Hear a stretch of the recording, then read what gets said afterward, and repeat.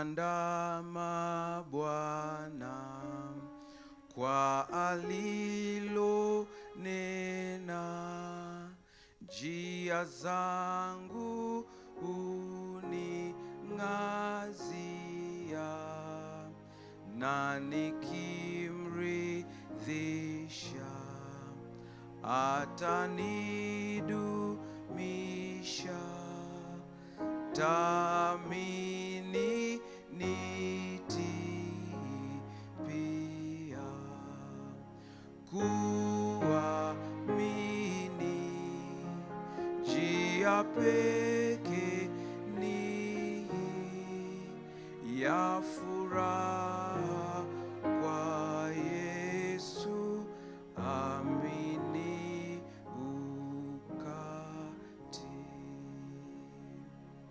Baba yetu Mungu mtakatifu, ni wazi kwamba hakuna mtu awezaye yeyote kuelezea maandiko matakatifu yakaeleweka kwa watu usipomjalia. Ndiyo, tunakwenda shule kusoma, lakini bila Roho Mtakatifu hakuna kitu.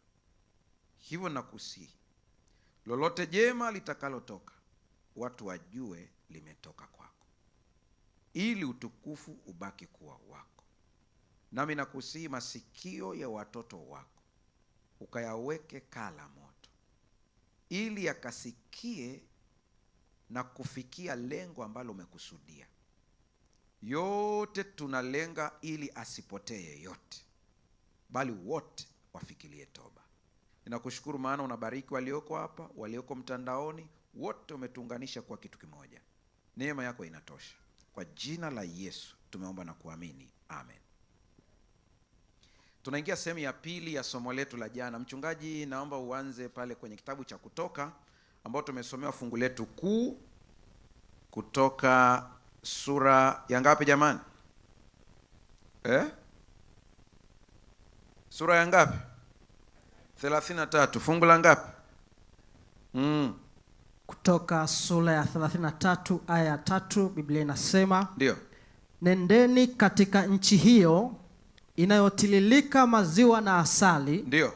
Lakini kwa sababu ninyi ni wenye vichwa vigumu, sitakwenda pamoja nanyi. Vichwa vigumu, nisije nikawangamiza njiani. Sawa. Mkishaisoma, kama mmeisoma mmemaliza, semeni amina. Kama hamjasoma sema naendelea. Aya, endelea umalize kwanza. Najua Kiswahili chao kinasema wenye shingo ngumu. Bado ina maana kama ni kama maana hiyo hiyo, lakini hii ya vichwa vigumu ndio yenyewe. Maana vichwa vigumu. Lakini shingo ngumu maana yake ni kwamba kuna saa Mungu anakuambia geuka upande huu, lakini unafanya nini? Unagoma, maana shingo ni ngumu kweli kweli. Sasa mkishaiangalia mkimaliza hiyo, naomba watu wote mnitazame, kwa sababu nikiongea na wewe tukiangaliana uso tunaongea kirafiki zaidi kuliko kiamri. Na mimi natamani tuelewane vizuri sawa sawa kabisa. Sasa sikia. Unajua mpaka Mungu anasema yote haya, tatizo lilikuwa ni nini? Jamaa walitengeneza ndama, wakajitengenezea mungu wao. Kuna kaubabe fulani kalifanyika hapo. Ukisoma hiyo story, nadhani kama sijakosea itakuwa hiyo ni 33. Nafikiri ukiangalia kwenye kuanzia 32 utaona mlolongo wa tukio lote. Na mwanzoni kabisa Joshua ndiye aliyesikia sauti ya kelele za shangwe. Akamwambia Musa, hizo sio kelele za watu ambao wameshinda vita, ila ni sherehe. Ni sherehe ya namna gani? Sijui. Aliwafika akakuta jamaa wametengeneza ndama wa shaba.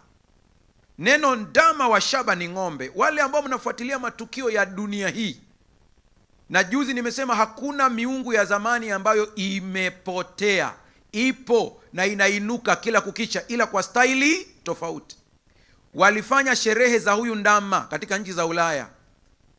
Na hata kuna siku nilirusha kwenye peji yangu jinsi ambavyo walipigwa na moto, lile limungu lao likaungua. Naongea na watu au na binadamu. Kwa bado wanafanya hilo zoezi mpaka leo.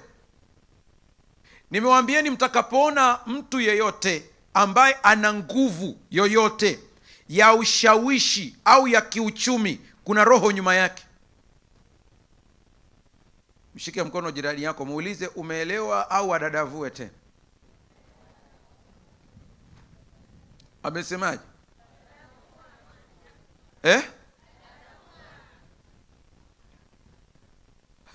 Haya, Biblia yako inasema roho ndiyo itiayo mwili nguvu.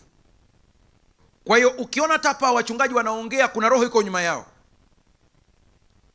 Ukiona mwanamuziki yoyote ni maarufu, kuna roho nyuma yake.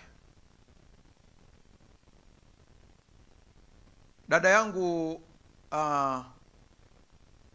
Mdee, mnamfahamu yule mwanamuziki si mnamfahamu Wakati anaanza kuongea watu wakamuona kama vile anaongea vitu ambavyo huyu dada yule akiongea na haki ya kuongea, maana ni mwanamuziki na amepata umaarufu.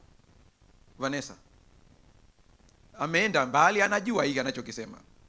Kwa hiyo wengine wakisema mnaweza mkatukosoa, lakini sio yule.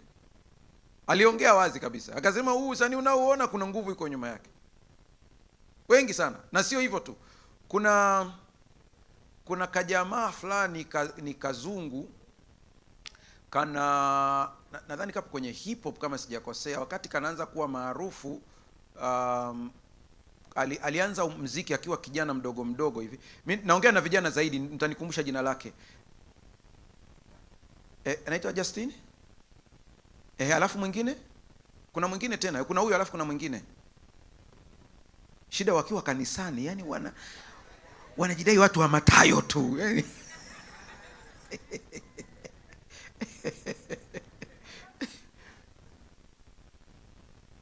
Huyo pia ni mmoja wapo, nitaisema habari yake, lakini kuna mwingine tena. Nani? Nani? Ongeeni kwa sababu. Nani? Sema tu. Nitakaye mtamka ni mimi, alafu tena mimi mchungaji wako, ufutu ushirika hapa. Nani? Ni mdogo. Kuna Lil Bow, alafu kuna yule mwingine. Sasa mbona mimi nimemsema, alafu amshangae.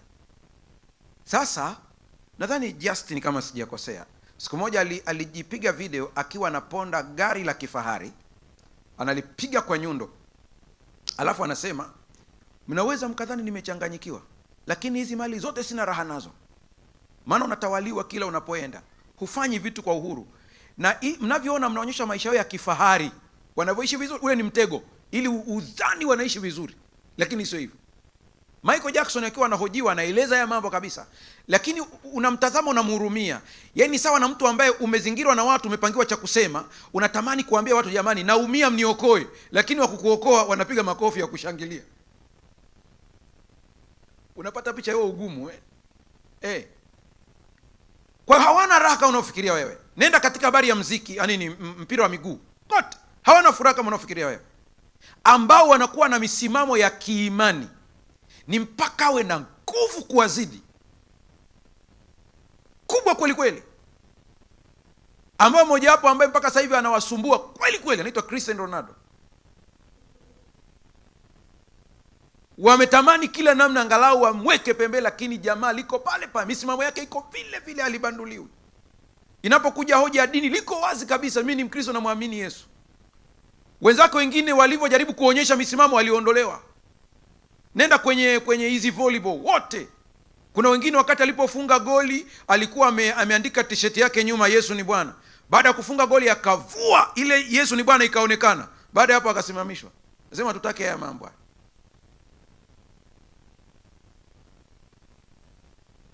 Mimi sijui Mungu atamhukumu vipi huyu bwana ambaye akili zake kama sio nzuri hivi. Marekani mweusi huyu. Kanye West. Mungu ndiye anayejua. Mimi sitaki kusema kwenye hukumu yake.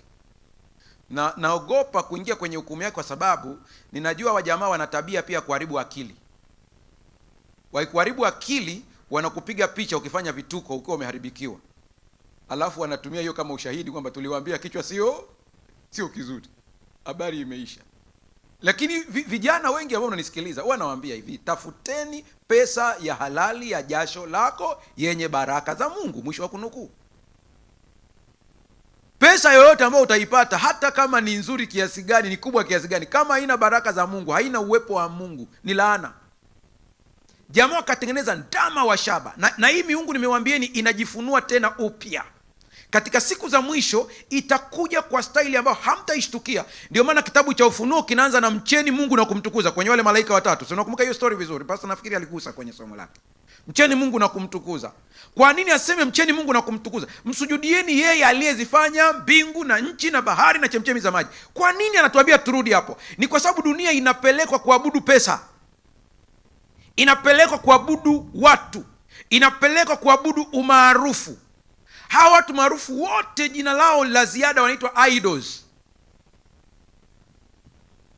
Wote unaowaona hapo, ndio maana wanasia mjengeeni sanamu. Si mnasikia hizo kauli huko ajengewe sanamu? Ndio hayo yenyewe hayo. Tuko siku za mwisho. Shetani atafanya kazi kwa kasi kubwa mno, kwa ujanja wa hali ya juu sana, ili tuweze kutengeneza tena ndama mwingine. Na ukiwa na huyu ndama, Mungu anasema siwezi kutembea katikati yako.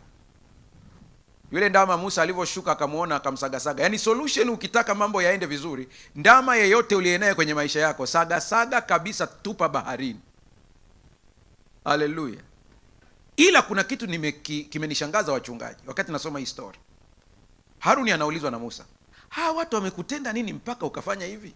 Jamaa linajitetea, linasema unawajua watu walivyo, wakiamua jambo lao. Anasema walinikazania, basi nikamwambia walete pete na vikuku na nini, wakaleta, nikatupa kwenye moto, alafu ndama akatoka. Haruni, mbona uongo mweupe? Ndama anatoka tokaje mwenyewe? Lakini ndama akatoka. Sasa nimeangalia story yote, watu waliadhibiwa wakafa kama matokeo yao ya ile dhambi yao. Lakini unajua cha ajabu, Haruni hakuguswa. Naongea na watu au na binadamu. Alafu maandiko yanarudi nasema, kwa kuwa Haruni aliwakosesha. Yeye amesingizia watu, ila andiko linasema Haruni ndiye aliyefanya nini? Aliyewakosesha. Alafu Haruni haguswi, ila watu wanapigwa mpaka wanakufa. Unamaanisha nini hapa?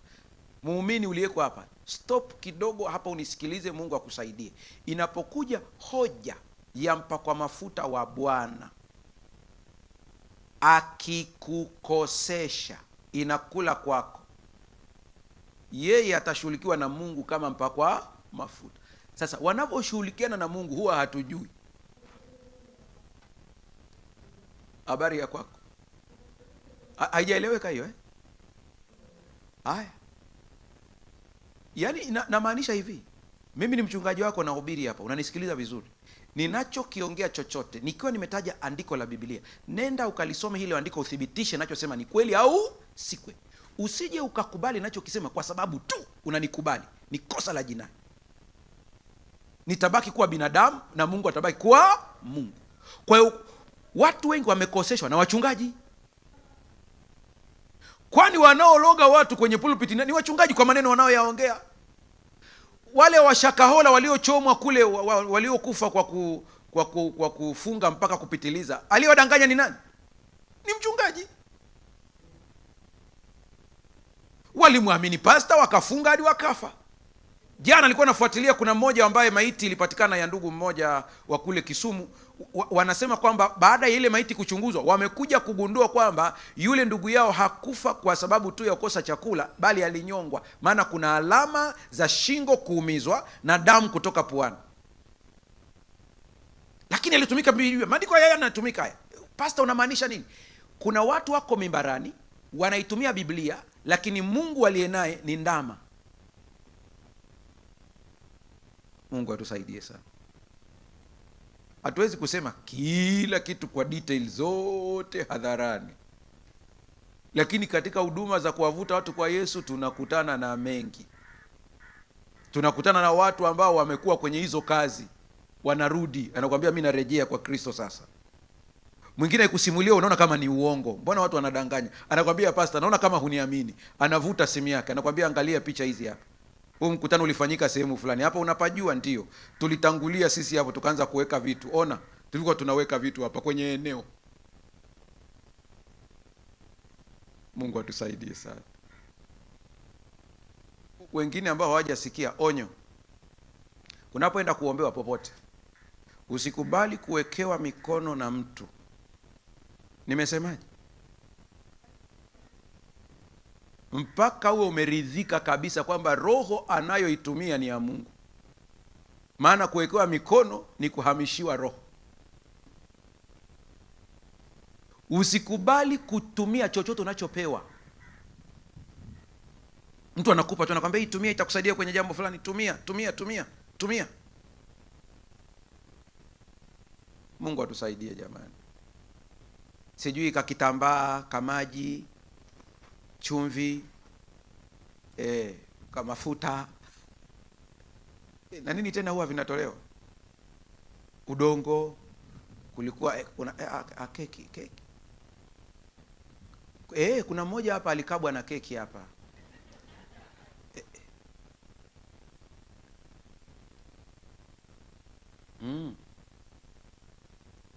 Hivi nimesikia mwazini ametambulishwa.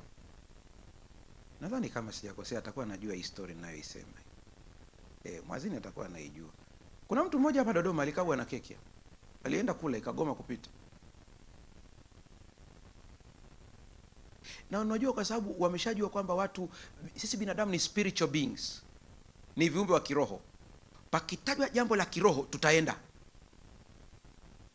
Kuna saa mimi natazama, nasema hivi watu ukifunguliwa macho pap, uone anayekuhubiri hapo ana nini nyuma yake, utaondoka. Ngoja nikupe hii moja tu haraka. Kama kweli huyu mtu anaongozwa na roho wa Mungu, mbona wanachukua sadaka za watu mpaka watu wanakaushwa? Mmoja mzee amepewa pesa za pension, nabii akamtabiria kwamba zile pesa zina majini.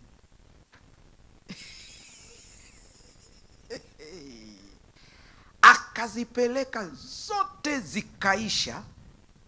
Na watu mkitaka mwajue ni wajanja, wanakudisconnect na watu wote ambao watakusaidia.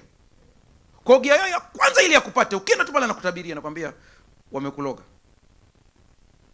Na anaweza akatabiri vitu vya ukweli kwa sababu si roho, pepo yuko ndani yake. Si kama mganga wa kienyeji tu. Ulipotoka ulikutana na bodaboda, ndio. Amevaa jaketi jeusi, ndio. Na alibeba mama mmoja nyuma amevaa amejifunika mtandio wa Kimasai, ndio. Na kumbuka kweli ulikutana nao, nakwambia hao ndio walitumwa kukumaliza. Mwisho akili yako automatic, akili itakwambia hii kitu ina ukweli ndani yake. Halafu baadaye nakwambia sasa nikwambie ili maombi yaende, leta 300,000. Na anakuambia hizi ni za kitu gani? Unaleta. Baada ya hapo anakuambia tena leta sijui laki ngapi. Leta laki. Ili akudisconnect, anakuambia Bwana asema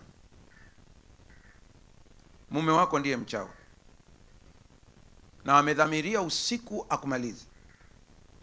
Ukifika mwaga chumvi ndipo ulale. Saa 9 utakuta tu bwana kuna kitu anafanya. Akikwama kabisa kwa sababu nguvu ni kubwa sana, utamwona anavyohangaika. Automatic kwa sababu umewaza hayo mambo. Saa 9 ukiamka, mzee wa watu huenda ndo na yeye anajigeuza, maana upande huo amelala, umeumia. Anaenda upande mwingine, sema kweli kabisa niliona.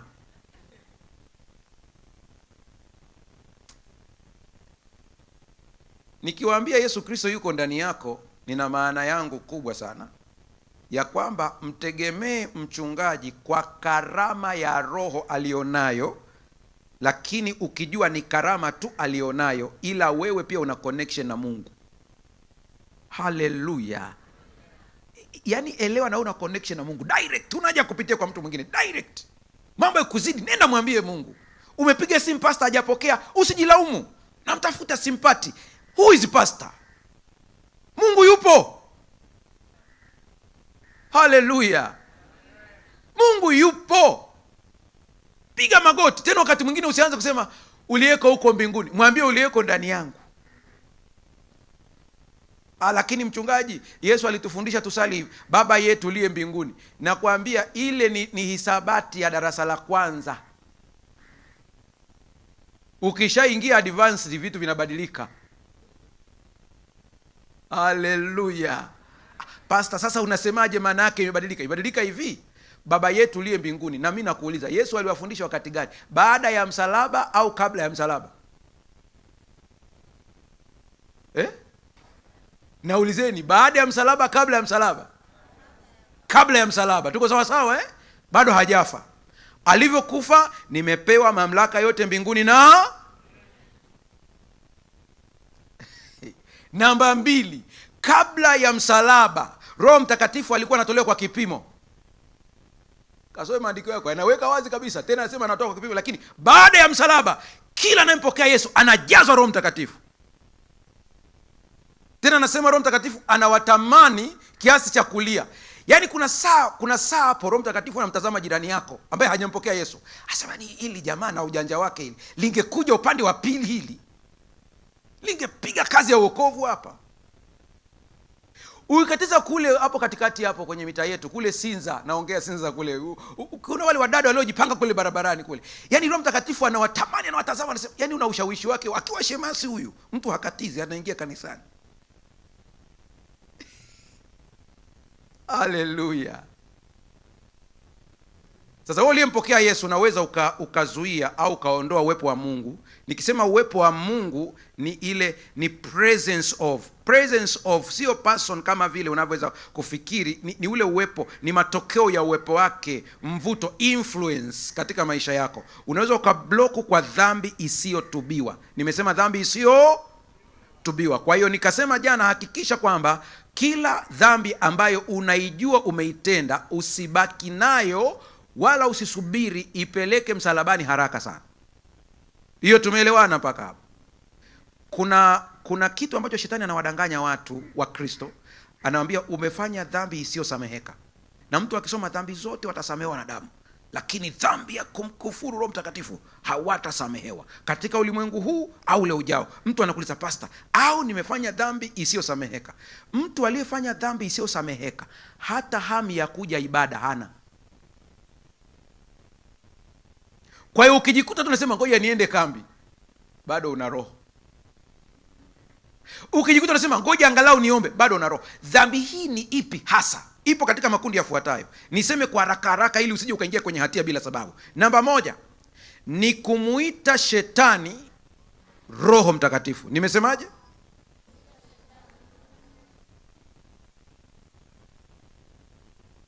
Wayahudi walionyeshwa kabisa Yesu ni Bwana, anatoa pepo kwa kidole cha Mungu, wakathibitishiwa. Lakini kwa ajili ya kulinda maslahi yao wakasema anatumia nguvu ya Beelzebul. Hiyo ni dhambi ya kumkufuru nani? Roho.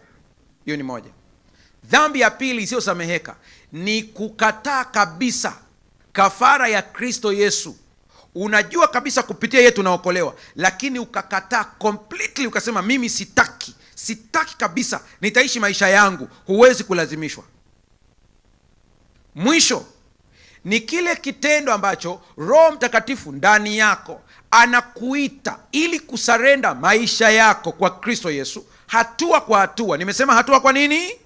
Kwa hatua. Lakini kila siku unamkatalia, ataendelea kubembeleza, atabembeleza, hatujui mpaka lini. Akifika mwisho anaondoka. Akiondoka utaona maisha ya dhambi ni sawa tu. Utaona yako sawa tu.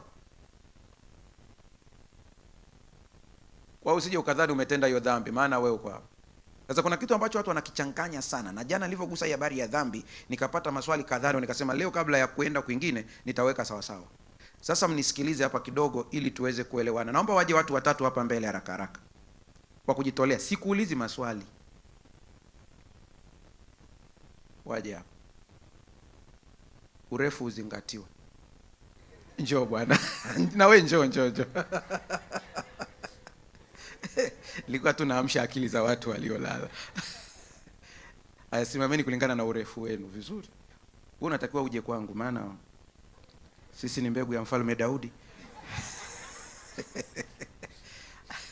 Aya, naomba mwatazame hawa watu vizuri. Hawa watu wote 3 kama tungejua kuwa tungewafunga pamoja kwa kamba, tukawafunga, tukawayeyusha, tukawafunga pamoja, wangezaa mtu huyu, wangekuwa ni mtu. Yaani tukachukua ule ubongo na huu tukaumingo pamoja kwa kutumia style ya science mpya, mifupa yao tukaichanganya na nini, wangeunda mtu mmoja. Sasa wewe ambao unanitazama hapo, unaniangalia sasa hivi, ni mtu mmoja, lakini kuna vitu vimekuunda wewe mtu mmoja. Cha kwanza kabisa kinaitwa roho. Tuko sawa sawa? Cha pili kinaitwa mwili. Cha tatu kinaitwa nafsi. Fuatilia vizuri mtiririko huu. Biblia inasema na Mungu mwenyewe awatakase kabisa ninyi, miili yenu, roho zenu na nafsi zenu. Vitu vingapi jamani? Vitatu. Sasa usipojua hii process, kuna wakati utakuta kwamba kuna dhambi inakutesa kwenye maisha na unadhani huendi mbinguni kwa sababu hiyo.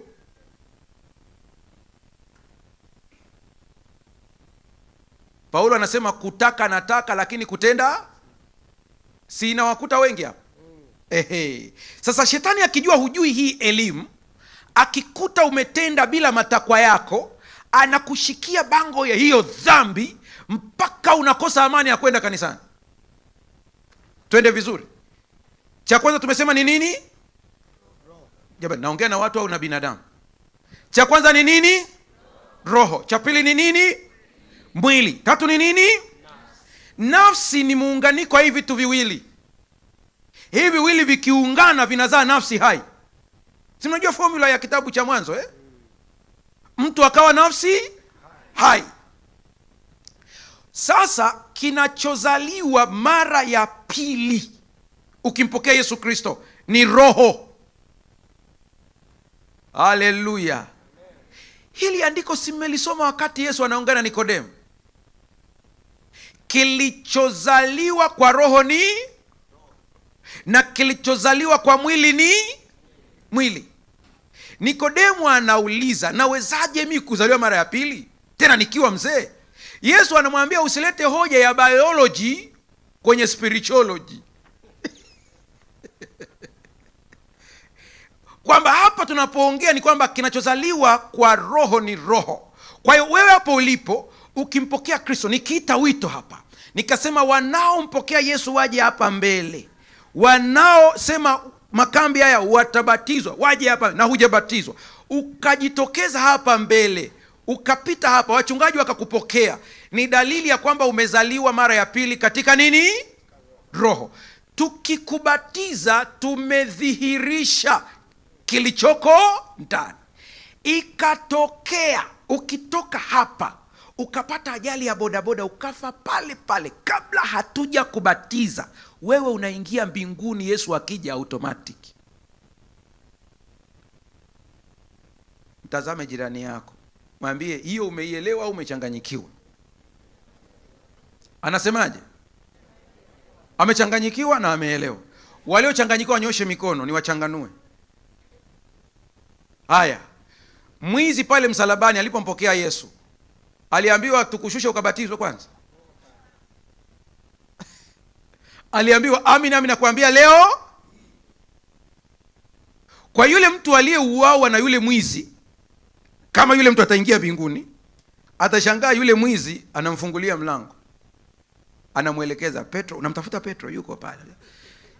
Wewe si ndio uliyemnipiga rungu ya mwisho wewe? Kumbe ameshaokolewa. Sasa hii stage ya kwanza watu wengi sana tunaingia hapa, tunaonyesha kwa njia ya ubatizo. Utajuaje ya kwamba umeingia stage ya kwanza ya kuzaliwa mara ya pili? Ambapo hii ndio ile, mmoja jana alikuwa ananisikiliza, ni muumini wa kanisa la Anglican, ni kati ya hawa viongozi katekista. Jana alikuwa anasikiliza, akanambia mimi nilijua wasabato hawaokolewi, hawaamini wokovu, lakini wiki hii nimefuatilia, nimekuja kugundua mnaamini wokovu. Na mimi nasema ndivyo wanavyosema huko nje, kitu ambacho sio kweli. Sisi tuna misingi karibia mitatu ya wokovu peke yake. Mtanirekebisha wachungaji kama nitakuwa nimesahau moja wapo. Iko hapo ya wokovu peke yake. Shida ni kwamba shetani anajua hili kanisa, kwa hiyo alipiga vita muda mrefu isifundishwe hii misingi, japo ipo. Na wengine walikuwa wanaogopa kuifundisha, maana ukifundisha hii misingi unawekwa lebo. Tunaanza kuelewana jamani? Sasa ukizaliwa kwa roho, dalili yake ya kwanza ni nini? Utajikuta automatic unaanza kuchukia dhambi, dhambi inakukera. Tunaanza kuelewana Hata kama ukijikuta umeitenda, kuna maumivu unayasikia. hivi nimefanya nini? Cha pili kikubwa, watu ulikuwa unawachukia unaanza kuwapenda. Haleluya. Automatic ukisikia habari, kwa mfano jana nimeongea habari ya afya na nini, ukisikia ikiongelewa habari ya afya, kuwa na kiasi, unajikuta moyo unakwambia chukua hatua kuanzia leo. Automatic tu unajisikia tu hivi, kumbe kitu ni kibaya. Ndio neno kiasi inaanza kuwepo ndani yako. Tunakuja sehemu ya pili. Hii sehemu ya pili tusema ni nini? Mwili. Mwili ndio mtendaji wa yote, lakini cha ajabu ni hiki, mwili hawezi kutenda. Naomba upige hatua kwenda mbele tena. Angalia, huyu hapa hawezi kuwasiliana na huyu hapa. Tuko sawa sawa jamani? Huyu lazima aje awasiliane na nani? Na nafsi. Nafsi apeleke taarifa kwa nani? Kwa mwili. Ndio maana ukisoma kile kitabu chetu cha wanavyoamini wa Adventista kinaeleza pale kwamba ni muunganiko ambao ni complex kabisa. Kwa hiyo nafsi unaanza kuwaza nataka niwe hivi, nataka niwe hivi. Ukija hapa ndipo mgogoro ulipo. Kutaka nataka, lakini kutenda, ndipo anasema Mungu mwenyewe atakase, roho itakaswe, nafsi itakaswe, mwili utakaswe. Sasa ndugu zangu wote mnaonisikiliza, utakaso wa mwili ni process, ni hatua, sio point. Na kuuliza, umenielewa au hujanielewa? Umekuona wale watu wanaambiwa anyooshe mkono mwenye jibu, alafu ananyooshea hapa? Ndio nyie sasa. Kule nipeni amri moja ya Mungu ambayo katika zile amri 10 za Mungu. Taja moja hapo. Usiue, usiibe. Tuanze na kule sasa. Yule kule anapokea taarifa kutoka kwenye roho wa Mungu, maana Torati asili yake ni ya rohoni. Tuko sawa sawa? Kwa hiyo anaambiwa usiibe, usiibe, usiibe. Kwa nini anasema usiibe? Ni kwa sababu mwili ameona milioni 20 na mfukoni ana buku. Kwa hiyo yule kule anasema hicho kitendo ni kibaya. Wote tunapendana, haitakiwi tuumizane, haitakiwi tuibiane. Sasa yule kule anamwambia huyu, mwambie mwili acha hiyo tabia. Mwili naye anasema mtoto ana shida ya ada, nina marejesho. Mwisho mwili anasema kwa kweli tena mwili ana story nyingi sana. Anasema ngoja tu nichukue, nitaitolea na zaka. Kwa hiyo mwili anachukua ile milioni 20 anaondoka nayo. Nikuulize, roho aliridhia? Nafsi ameridhia? Roho iradhi, ila mwili.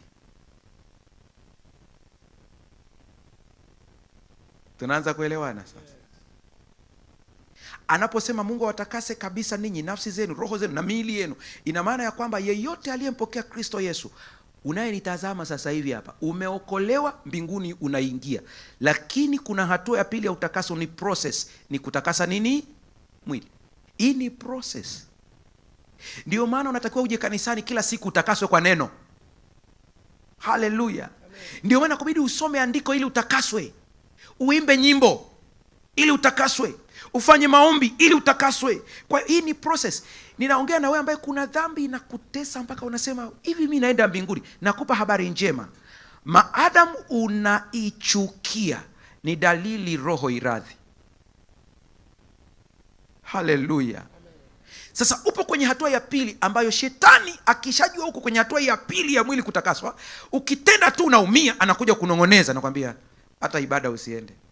Nini wewe? Unaenda kufanya nini? Alafu siku hiyo nafika ili akunyoshe vizuri. Ukiingia tu kanisani pale pap, ile tu unaingia, mzee wa kanisa anakufuata. Kijana, tulikuwa tunakutafuta sana, simu yako haipatikani. Umepangwa sadaka. Leo utaendesha ibada ya sadaka.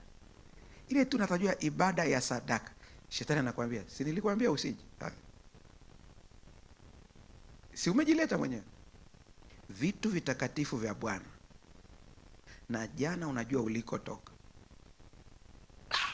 Na hiyo nakwambia inaenda ndani ya yani less than a second. Hayo mazungumzo yana speed kubwa. Unamwambia mzee wa kanisa, mzee sikujiandaa. Mzee nakwambia unajiandaa saa ngapi? Kitabu hiki hapa. Kisingizio cha pili, sina tai. Tunayo hapa ofisini.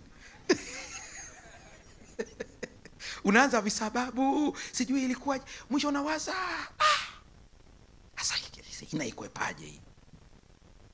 Mtafute mtu mwingine.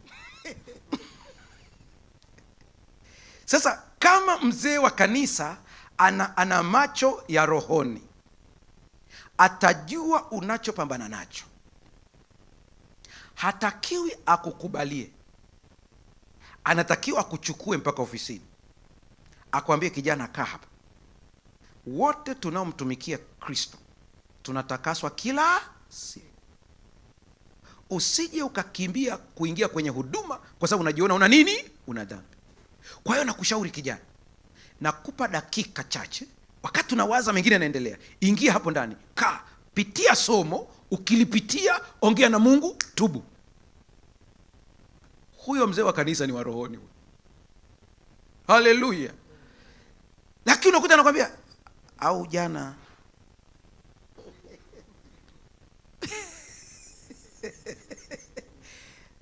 mwisho unajikuta au mzee kaniona, Mungu kamuonyesha. Unaambia mzee, ni kweli umejichanganya, alikuwa hajui, wewe ndio unayefunua mwenyewe. Malizana na nani? Na Mungu wako. Mna habari kwamba kama kuna muujiza unaotendeka kwa haraka chini ya sekunde moja ni toba. Nikisema chini ya sekunde unanielewa? Yaani ukisema tu nisamehe, yaani hivyo tu, hata hujaanza kusema kwa jina la Yesu sijui nini, yaani hata hakuna itifaki, yaani ile tu maumivu ya dhambi yamekuja papa, usema nisamehe, imeisha hiyo. Hii imeenda. Yaani shetani imekula kwake. Anachokuinda nacho ni hatia. Atakuwa bize kukumbusha. Ile ukitaka tu kuomba anakuambia Alhamisi. Unakumbuka Alhamisi? Na wewe sasa ulivyo mjinga, sijasema mpumbavu, unaanza kumjibu kweli. Anakuambia wewe una nini wewe? Mungu hawezi kusikia. Kauli ni moja hii. Mwambie shetani, nenda nyuma yangu shetani.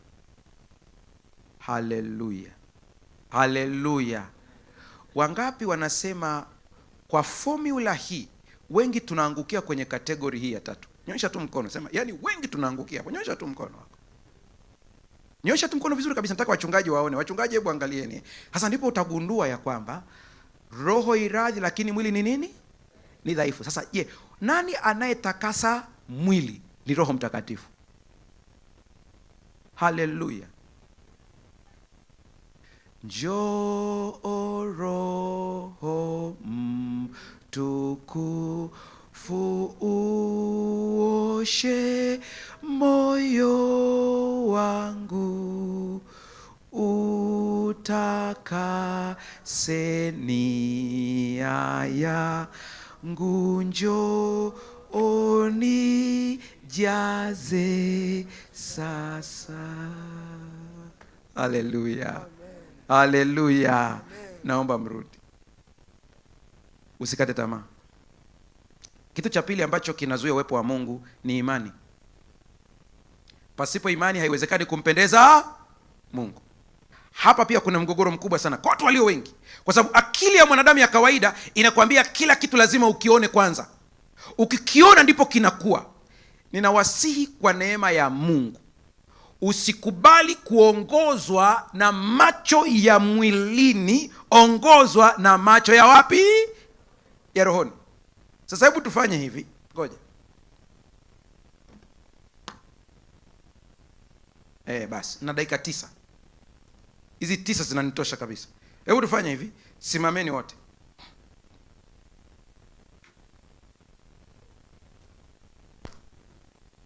Jinyoshe.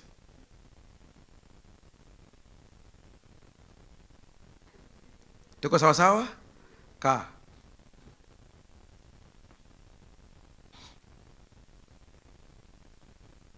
Na wauliza swali, mnijibu kwa mujibu wa Biblia mnavyojua, sio lazima upate sana.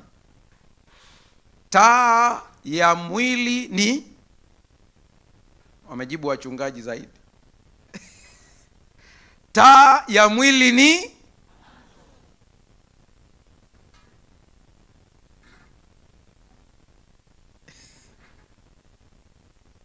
mngeshtuka mkaibia majibu ya wachungaji, maana wamejibu sahihi. Sasa mngeibia kule faster.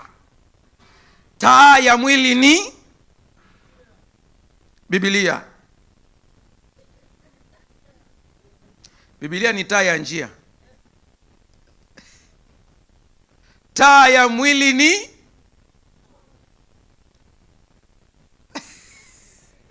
haya. Wale wanaweza kugugu haraka haraka, tupatieni andiko. Manyasi, umelipata? Ipo kwenye Mathayo au kwenye Yohana? Ni Mathayo nadhani. Pastor Ndaturu.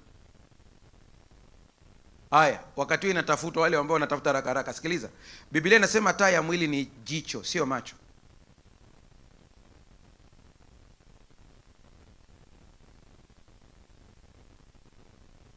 Katika ulimwengu wa roho hatuna macho, tuna jicho. Ni moja. Luka 11:34. Asante mchungaji. Andike tu hiyo, utaisoma. Ndio nilikuwa naenda hapo, alafu tunamaliza, tunaenda kula, tutakuja tena baadaye. Hapa ndipo nataka nikusaidie ili ujue kwamba umeteseka kwa miaka mingi, alafu ukija kuelewa hii habari itakupa amani katika maisha yako. Taa ya mwili ni jicho. Ndio maana roho iliyoko ndani yako, roho wa Mungu, sio za. Na wewe pia Mungu alipulizia pumzi ya uhai, sio pumzi za. Ikitoka hapa inatoka ni mbili, lakini imegawanyiwa tu hapa juu hapa. Sasa shetani anapofusha jicho la kiroho, na jana niligusa kwenye kitabu cha Pambano Kuu, nikaeleza kile ambacho Ellen White alionyesha miaka mingi. Leo wataalamu wa afya, mmoja wapo, kwa kuwa naongea na vijana hapa, ili rika la vijana hawa ambao mnaweza kusoma. Acheni kusoma vitu ambavyo havijengi. Hawa watu nao kutajia majina ni researcher, wamefanya tafiti. Nenda kasome research zao. Mmoja ni Dr. Daniel Amen. Ameandika kitabu kinaitwa Healing the Hardware of the Soul. Yeye ni Mkristo kutoka Lebanon. Anasema, wakati anatufundisha, wakati walikuwa natania, anasema nimegundua Roho Mtakatifu anakaa wapi. Lakini kuna area ya kwetu ya ubongo ambayo aligundua ya kwamba ikiathirika mtu hata ibada hataki. Ikiwa ina afya tele, mtu anakuwa wa kiroho, anapenda kusoma neno, na inaharibiwa na depression na anxiety, sonona na msongo. Ndio maana Biblia inasema angalieni msilemewe na masumbufu ya dunia hii. Ndio wamegundua aina nyingi za vyakula na vinywaji ambavyo vinaharibu sehemu yetu ya kiroho. Na hii inasababisha hata uwezo wetu wa imani na kuamini matendo ya Mungu uende namna gani? Chini. Unashuka chini. Kwa kuna mtu anaongea na kutazama, asema hivi, hii ni kitu gani hii? Dokta mmoja ambaye ni kati ambao ninawasema tulimbatiza baada ya mimi kutoka Manzese, nadhani nimehamia Tegeta, ndipo akakubali kubatizwa. Alikuwa ni mtaalamu wa masuala ya wakina mama. Kilichofanya abatizwe ni baada ya mgonjwa wake ambaye alikuwa amemwandikia kwamba arudi tu nyumbani, hakuna namna yoyote. Alivyopona kwa muujiza, akarudi kupimwa, kile kitu kimeisha tumboni. Daktari anasema hii kitu sio ya kawaida, nahitaji kuelewa formula yake. Baada ya kumwelezea nilikosa maneno ya kutosha, mwisho akaniambia kwa urahisi wa namna hii tu, nauliza ni hatua gani mtu anafanya ili aweze kubatizwa kwenye hili kanisa lenu? Nilikuwa na mzee mmoja wa kanisa pale, akawahi kabisa sema unatakiwa uingie darasa la ubatizo. Nikamtazama yule mzee kidogo, nimwambie lipi? Ni specialist huyu. Hapakuwa na njia nyingine yoyote ya kumuongoa isipokuwa muujiza. Unaweza ukadhani Mungu alitenda muujiza kwa ajili ya huyu mama, kumbe lengo ilikuwa ni kumuokoa dokta. Sasa unisikie hapa. Jana wakati naongea kuhusu vyakula, nimenukuu Pambano Kuu. Mungu akusaidie uweze kuelewa yafuatayo.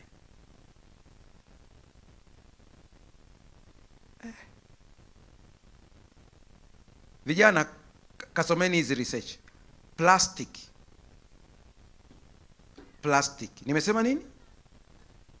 Zote unazoziona wewe, iwe kwenye chupa ya maji, iwe kwenye chupa ya juice, iwe kwenye matenki ya maji tunayotumia, jua likipiga kunakuwa na vitu ambavyo wanaviita microplastic particles, ambavyo walipokuwa wanafanya tafiti walivigundua mpaka katika sehemu za baadhi ya ubongo wa binadamu, wa kadava.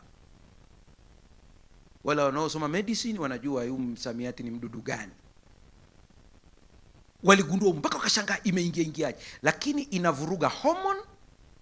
Lakini cha ajabu wamekuta kwamba inavuruga eneo linaloitwa pineal gland, ambayo baadhi ya wanazuoni wanasema mtu yeyote ambaye pineal gland imeharibika, hata kama umwambie tusali, hapokei maombi.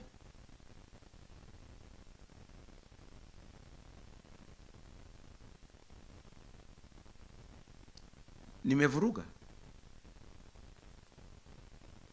Bibi zenu walikuwa wanaweka maji ya kunywa kwenye nini? Mitungi. Nyie unaweka kwenye nini? Friji. Una hela sana wewe. Tunaweka kwenye nini? Madumu. Dumu lenyewe, ndoo zenyewe ambazo mnawekea ni ndoo ambayo ilitengenezwa kwa ajili ya kuhifadhi mafuta au rangi.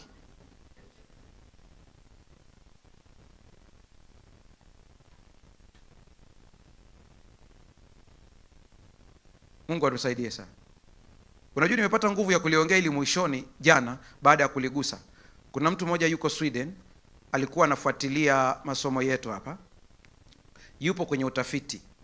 Ananiambia, pastor, jana wakati unaongea nilikuwa kama natoa machozi kwa sababu nipo kwenye utafiti wa haya mambo. Anasema nilikuwa najiuliza ni lini haya mambo yatasemwa kwa Kiswahili, maana research nyingi zipo kwa Kiingereza, watu wetu wajue. Anasema nilivyosikia unasema jana mpaka nikashtuka. Hivi kumbe kuna watu wanaongea haya mambo kuwaonya watu wetu. Na waambieni, unachemsha maji, unaenda kumimina kwenye ndoo yakiwa ya moto, ujue kwamba kuna particles zimeingia, ndoo inapauka siku hadi siku. Kasomeni hii tafiti habari ya microplastic particles and hormone disruption. Nenda kaandike hicho sentence hivyo uone hizo research. Inavuruga hormone, ndio sababu. Samahani, situmii hii lugha kwa lengo la unyanyapaa, ila natumia kwa lengo la kuelimisha. Ndio sababu sasa hivi tumekuwa na shida kubwa ya mvurugiko wa hormone. Si wanaume, si wanawake, wote kuna mvurugo wa hormone hapa.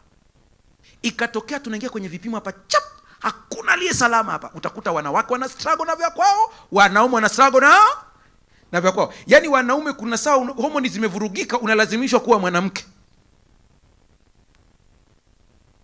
Mpaka wewe umeenda Urusi uje urudi Cuba ndipo utaelewa maana hii sentence. Ukija kwa mwanamke naye analazimishwa kuwa, na yeye anashangaa hivi kitu kimetokea wapi? Madaktari wako hapa wanaelewa ninachokisema. Hatukuwa na changamoto ya wanawake ambao wanaota nini, lakini sasa hivi ni kubwa. Njoo upande huu mwingine, hatukuwa na changamoto kubwa ya watu ambao wanaenda kwa Wamasai.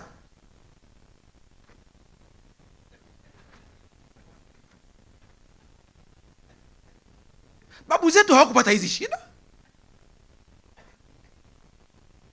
Kuna wakati unaamka asubuhi tu hauna mudi tu, una hasira tu. Hata ukiulizwa una hasira gani, haina uhusiano na pepo, ni hormone imevurugika. Njoo kwa dada zangu ambao wananitazama, wengine wote kule, wote naongea na nyie, siongei na watu wengine, nyie ndio mnitazame.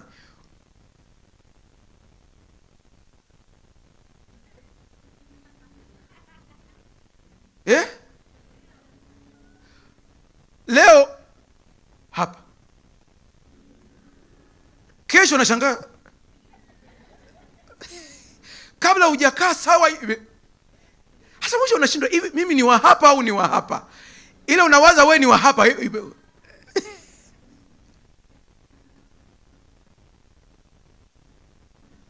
Tunaanza kuelewana jamani hapa. Ndio sababu anawaambia jamani, habari ya kufunga sio optional. Hoja ya kufunga usichukulie kwamba nitafunga nikitaka. Kufunga ni must, ni lazima. Yesu ameweka wazi kabisa. Kasome Mathayo. Kwenye kufunga Yesu anasema mkitamani kufunga, anasema nanyi mfungapo. Yaani kana kama kwambia huna namna, inabidi ufanye nini? Ufunge. Ili nini? Kuna saa tu unafunga ili mwili utoe takataka. Mi Profesa Janabi namkubali sana, mnajua. Watamponda na kumponda, mimi namkubali sana. Na hata alivyofanikiwa juzi moyo wangu ulifurahi sana. Fungeni. Kuna saa uambie mwili mimi sili. Una maplastic particles. Hapo nimeongea plastic particles. Sijaja hapo kwenye hivi korokoro vya preservatives. Abo ziko nyingi. Ziko hapo nyingi za kutosha kabisa. Sijagusa hizo. Mungu atusaidie sana. Amka usingizini. Anza kuchunga unachokula. Mwisho kabisa niseme ili Mungu akusaidie uweze kulibeba. Usile bora kula kwa lengo. Mtazame jirani yako, mwambie umeelewa au bado? Anasemaje? Bado. Haya, naongea na wanaume sasa. Wanawake fungeni masikio. Hakuna option kwa mwanaume. Inakubidi uanze kujizoeza kabisa kula vyakula vyenye zinc. Hakuna option. Yaani inakubidi tu uanze kuzoea. Zoea tu kula hizo walnut, zoea kula hizo korosho, iwe sehemu ya maisha yako. Taratibu kula tu. Zoea hizo almond. Zizoee tu ziwe sehemu ya maisha yako. Ukiziona uko nunua, usiseme ni bei kubwa. Ndio chakula chako hicho. Haleluya. Zoea. Ukiona wamepika maboga pale nyumbani, mwambie hizo mbegu msizitupe. Ni za mzee hizi. Kula. Ila tu mgogoro ambao wanafanya wale wanywa kahawa.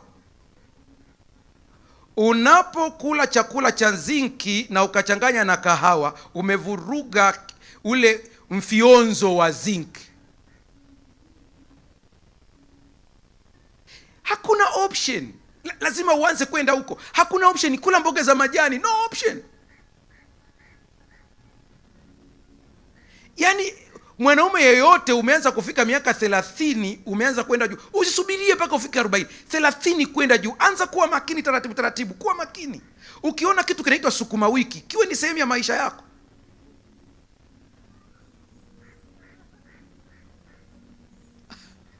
Kula tu. Makabeji kula. Usubirie mpaka dokta akuandikie. Yaani mpaka dokta anaanza kufanya hivi. Baba, kula mboga za majani.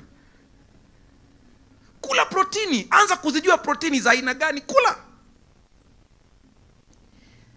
Soda ite sumu. Usiipe jina zuri. Kula parachichi tu. Mama, kumbe nimewasahau na nyinyi. Na nyinyi kuleni hivyo. Iwe ni sehemu ya maisha yako. Elewa hizi supplements. Research zipo, soma. Elewa supplement hii inanifaa kwenye kitu hiki. Kwa mfano ukija kwenye magnesium, ziko magnesium za aina nyingi, ziko kadhaa. Unakosa usingizi, huna haja ya kunywa madawa. Nenda angalia, kuna supplement zinatosha kabisa. Vyakula vinatosha. Kuna vingine usichanganye hiki na hiki. Elewa namna ya kuchanganya. Mimi nachowaomba nyie tu mnitendee favor. Ni kuniombea sana ili kwa neema ya Mungu hivi vitu ambavyo naviongea, kwa sababu naviandaa kwenye maandishi, vitoke. Ili tuvisome tuweze kuvielewa. Lakini nakuambieni, dada, kama tumeelewana inaenda tu hivyo. Ingia kwenye mfungo wa siku 10. Siku 10, nikisema mfungo wa siku 10 inamaanisha kwamba sina maana unaenda kavu. Tutakuturikia drip ukiwa unaota ndoto za Sayuni ambazo hazipo. Ingia kwenye mfungo wa Danieli. Mfungo wa Danieli mnaofahamu? Mfungo wa Danieli. Wale ambao mnajua lugha ya Kimombo, ingia Google, andika tu David Mbaga fasting. Utaona kitabu akipo kwa Kiswahili kwa sasa hivi kwenye lugha ile ya mkoloni. Kwa bahati mbaya majamaa alinibana, nikaanza kuyapatia kwanza, nikasahau wa kwangu, na hiyo nao ni mbaya sana. Sisemi kama ni kitu kizuri, lakini wale ambao unajua lugha ya Kimombo utaikuta kiko online. Nimekiandika hicho kitabu, kiko hapo kinasomwa mtandaoni. Daniel fasting unafunga kwa siku 10, ukitumia mboga za majani na maji, inabalansisha hormone completely. Itakutesa mara ya kwanza, lakini ukiizoea, chakula chako ni mboga za majani tu. Unaweza kutengeneza supu ya mboga za majani, unaweza kutengeneza smooth ya mboga za majani. Usiweke sukari, usiweke ndizi. Kuna watu wanajidanganya, hii sukari ya asili. Asili ya wapi? Unatumia GMO. Nenda hivyo kwa muda wa siku 10, utaanza kuona mwili wako unarudi taratibu, na mwili ukirudi, Biblia inasema enenda zako usitende dhambi tena. Usije ukarudi kwenye maisha yale ya zamani ya chipsi, sivini, vibama. Unarudi kule tena. Usitende dhambi tena. Rudi hapa kwenye maisha ya kawaida. Na maisha ya kawaida ni mazuri tu ukiyazoea.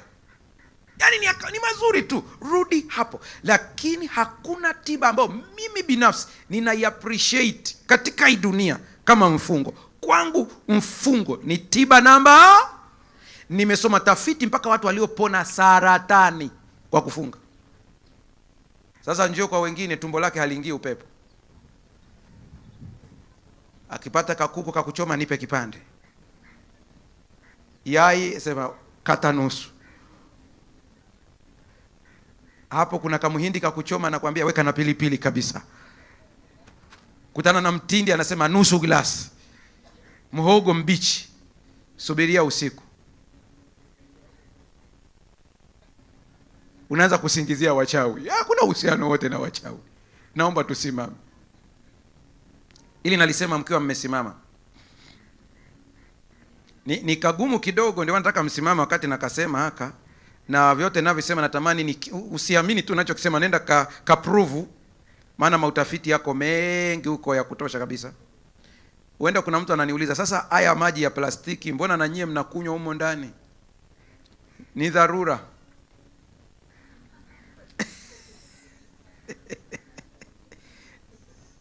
Ni dharura. Tunakunywa kama dharura. Lakini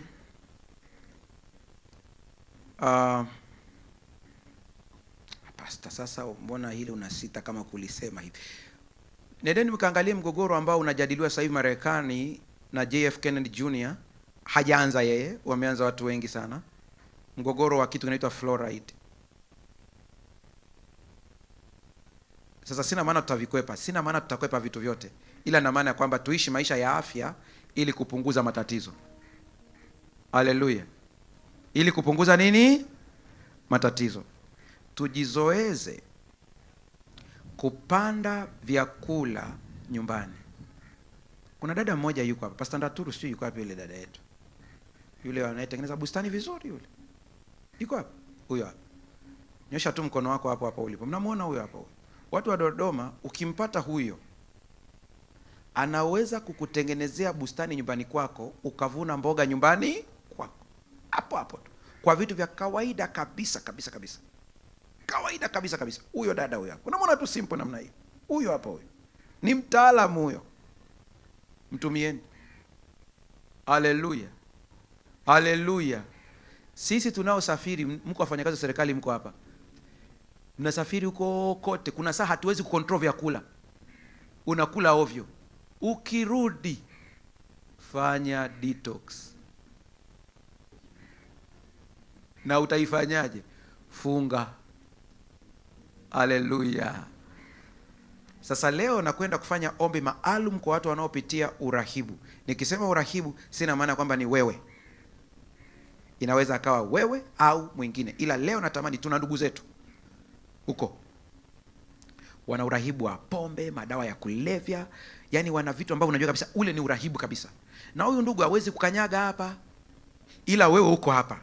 Naomba upite hapa mbele kwa niaba yake, ili tuweze kuomba kwa ajili yake. ni ndugu yako, unamfahamu kabisa, anakaurahibu, anakapitia, mtoto wa dada sui nani, yeye hawezi kuja, maana akili yake wenda imekamatika kabisa kabisa, lakini wewe njoo ukimwakilisha. Wakati mwingine hata kujisikia wewe binafsi kuna kaurahibu unakapitia, na urahibu inaweza kuwa hata kuangalia movie, mipira ni urahibu. Yaani ambao unasema kabisa najaribu kujikontrol niache, lakini nashindwa. Njoo.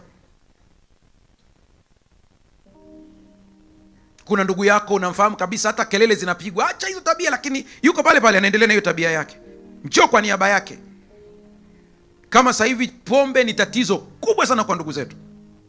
Hujaongea habari ya bangi. Shida kubwa kabisa. Nadhani sigara kama inaanza kupungua speed, maana watu wametishiwa na saratani.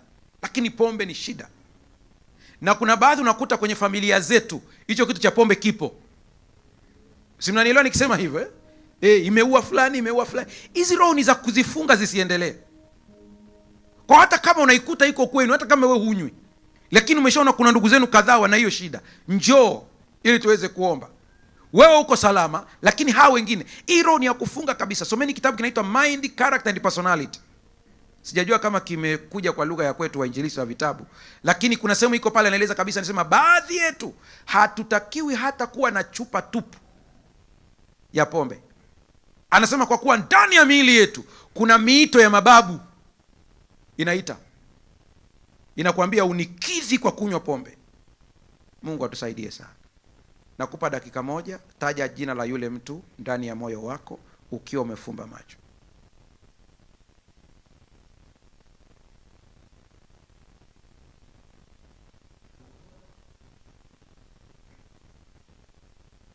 Endelea kuomba ndani ya moyo wako kwa ajili ya kundi hilo.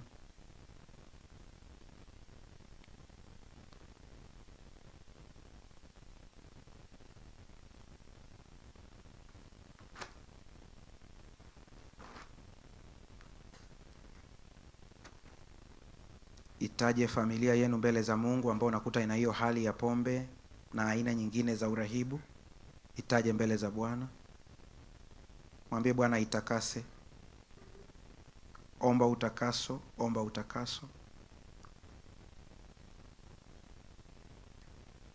Lakini jambo la pili, unapoendelea kuomba, unisikilize unayefuatilia online na wa hapa. Jambo la pili, omba utakaso kwako binafsi ili uweze kuwa na imani. Imani inaleta uwepo wa Mungu. Palipo na mashaka yaweze kuondoka. Kumbuka nimesema imani inaleta uwepo wa Mungu, nikimaanisha presence. Sijasema inamleta Mungu. Mungu yupo tu, ila presence yake inaletwa na imani yako.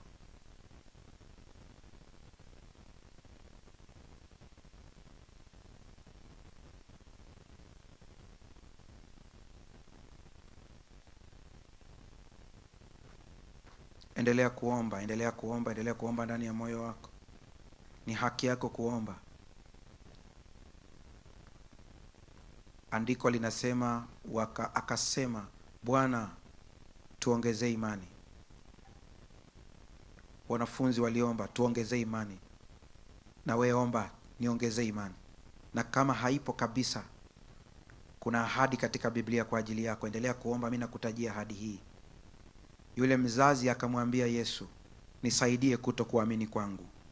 Omba hilo, mwambie nisaidie kutokuamini kwangu.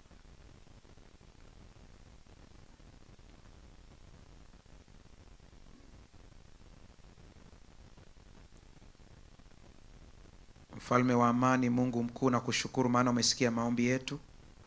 Watoto wako wameleta maombi haya kwako. Hawajaja kwangu, wamekuja kwako. Kwako kuna maji ya uzima.